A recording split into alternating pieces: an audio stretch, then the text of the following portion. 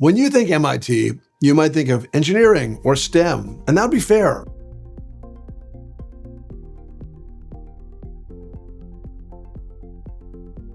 Among the M7, only the Stanford GSB draws more engineers, 31% at the GSB compared to 29% at Sloan. After that, there's a sharp drop-off.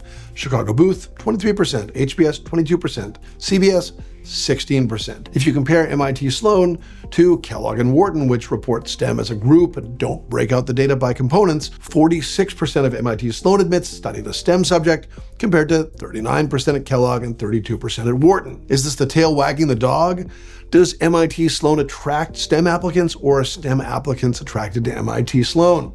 Probably a little of both. Still, you don't need to come from a STEM background to get into Sloan. Remember, if 46% come from STEM, 54% do not. In the remaining 54%, you'll find plenty of econ and business majors. Only 10% of the Sloan class comes from the humanities and social sciences. Compare that to 24% at Kellogg, 21% at the GSB, 17% at HBS. You get the point. Clearly, MIT appreciates those with quant chops, or those with quant chops appreciate MIT Sloan, or both. Still, even with all of those quant-educated students, MIT Sloan admits come from the same fields we see at other peer programs. 70% of its class worked in consulting, tech, or finance before business school, with the largest segment, 30%, coming from consulting. So, a question naturally arises. Is MIT's quant rigor reflected in the GMAT and GRE scores? Are they higher than the average scores of their M7 peers? Here's a surprise. Nope. MIT's 3.7 GPA average is very much in range with its M7 peers, and its 730 GMAT median is 10 points lower than HBS and the same as Chicago Booth. The other M7 programs report average GMATs rather than medians, so we don't have apples-to-apples comparisons for them. But again, even if they're drawing more heavily from quant backgrounds, MIT Sloan's raw stats do not suggest that they're expecting more from applicants to prove their abilities.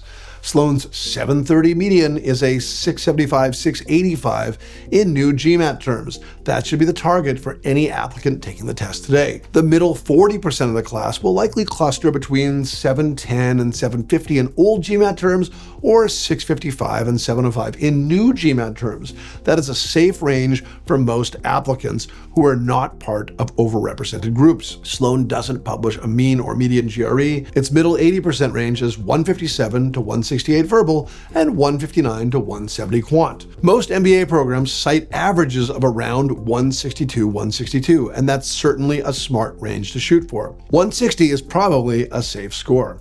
If you have a low score and are concerned about it, please schedule a free consultation so we can discuss your overall candidacy. And if you really want to dig beyond the stats at MIT Sloan, check out On Track by mbaMission, our dynamic and customizable MBA admissions curriculum and platform. We have in-depth school modules that teach you everything you need to know about MIT Sloan and all of the other top MBA programs. We cover each program's strengths and weaknesses, curricula, and more. Then I walk you through how to tackle each school's unique application. One applicant told us that OnTrack better prepared him for a meeting with admissions officers than his target program's website. We have comprehensive modules on essay writing, resume crafting, recommendations, and much more. It is so robust. Sign up for a free plan, and check it out today. Back to Sloan. What else does Sloan's stats tell us? Well, so does 49% women, so close to parity, but not quite there. The class admits 10% first-generation college students, 15% underrepresented minority students, and 40% international students. But there are no stats on geographic representation, unfortunately. In short, the class is diverse, but not notably more or less diverse than its peers outside of Kellogg, which is an outlier among the M7.